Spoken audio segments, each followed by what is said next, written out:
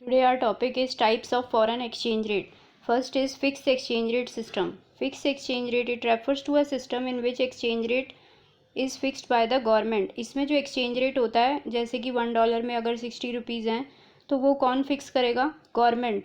Government क्यों करती है ऐसा? The basic purpose is to ensure stability in foreign trade, ताकि बार बार फ्लक्चुएट ना हो एक्सचेंज रेट, स्टेबिलिटी रहे उसमें, क्योंकि उससे फिर ट्रेडिंग में प्रॉब्लम आती है.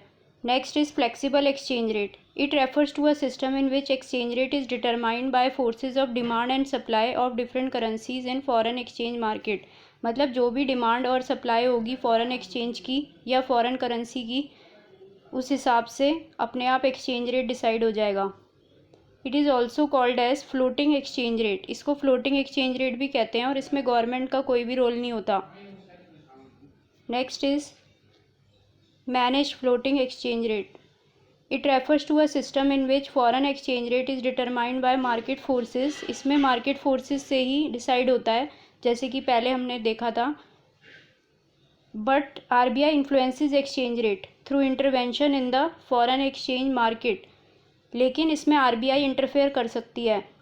ये एक तरीके से जो फर्स्ट और सेकंड फिक्स्ड एक्सचेंज रेट और फ्लेक्सिबल एक्सचेंज रेट का हाइब्रिड फॉर्म है. इसमें दोनों का रोल है थोड़ा थोड़ा. मतलब वैसे तो मार्केट फोर्सेस डिसाइड करती हैं एक्सचेंज रेट, लेकिन अगर एक्सचेंज रेट ज़्यादा या कम ज़्यादा मतलब ज़रूरत से ज़्यादा कम या ज़रूरत से ज़्यादा हो जाए तो उसको फिर RBI कंट्रोल कर सकती है. जैसे कि यहाँ हम देख रहे हैं कि ये डिमांड है और ये सप्लाई है, तो ये हमारा एक्सचेंज रेट है. लेकिन ज़्यादा डिमांड होने से क्या हो रहा है? एक्सचेंज रेट ज़्यादा हो रहा है. पहले $1 में 60 था, अब $1 में 70 है. तो अगर RBI इसको थोड़ा कम करना चाहती है तो वो सप्लाई बढ़ा देगी, सप्लाई राइटवर्ड शिफ्ट हो जाएगा. उससे क्या होगा? थोड़ा सा एक्सचेंज रेट बीच में आ जाएगा.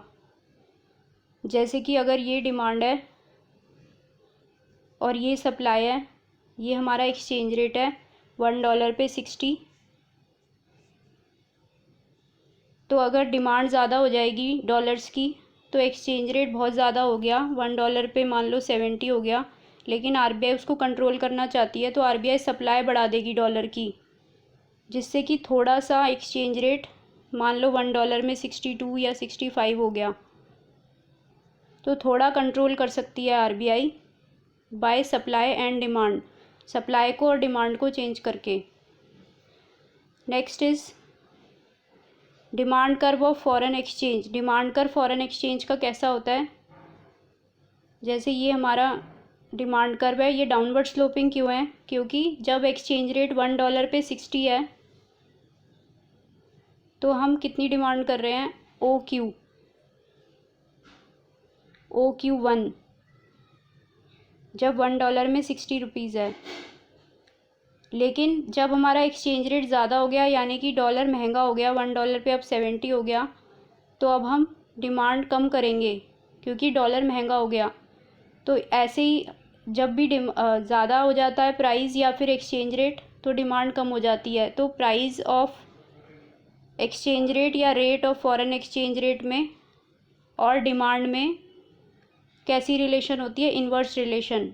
Demand curve of foreign exchange slopes downward due to inverse relationship between demand of foreign exchange and foreign exchange rate. मतलब फॉरेन एक्सचेंज रेट अगर $1 पे 60 है तो डिमांड इतनी है, लेकिन अगर ज़्यादा हो गया एक्सचेंज रेट तो डिमांड कम हो गई. तो इन्वर्स रिलेशन होता है, इसलिए ये डाउनवर्ड स्लोपिंग होता है. Next, supply of foreign exchange.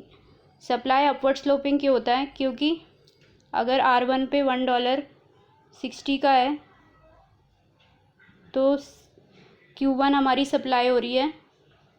लेकिन अगर ज़्यादा हो गया डॉलर का रेट, $1 पे 70 हो गया, तो जो सप्लाई करता है उसको प्रॉफिट होगा, तो वो ज़्यादा सप्लाई करेगा, ज़्यादा सेल करेगा डॉलर्स को, तो उससे सप्लाई बढ़ जाएगी. यहाँ पे हम सप्लायर के पॉइंट ऑफ व्यू से देख रहे हैं, तो वो ज़्यादा प्रॉफिट के लिए ज़्यादा सप्लाई करेगा. अगर डॉलर का रेट बढ़ गया तो उससे क्या होगा? डायरेक्ट रिलेशन होती है exchange rate, foreign exchange rate में और सप्लाई ऑफ फॉरेन एक्सचेंज में. तो इसलिए ये अपवर्ड स्लोपिंग होता है. जैसे जैसे रेट ऑफ एक्सचेंज बढ़ेगा वैसे वैसे सप्लाई भी बढ़ रही है. Thank you.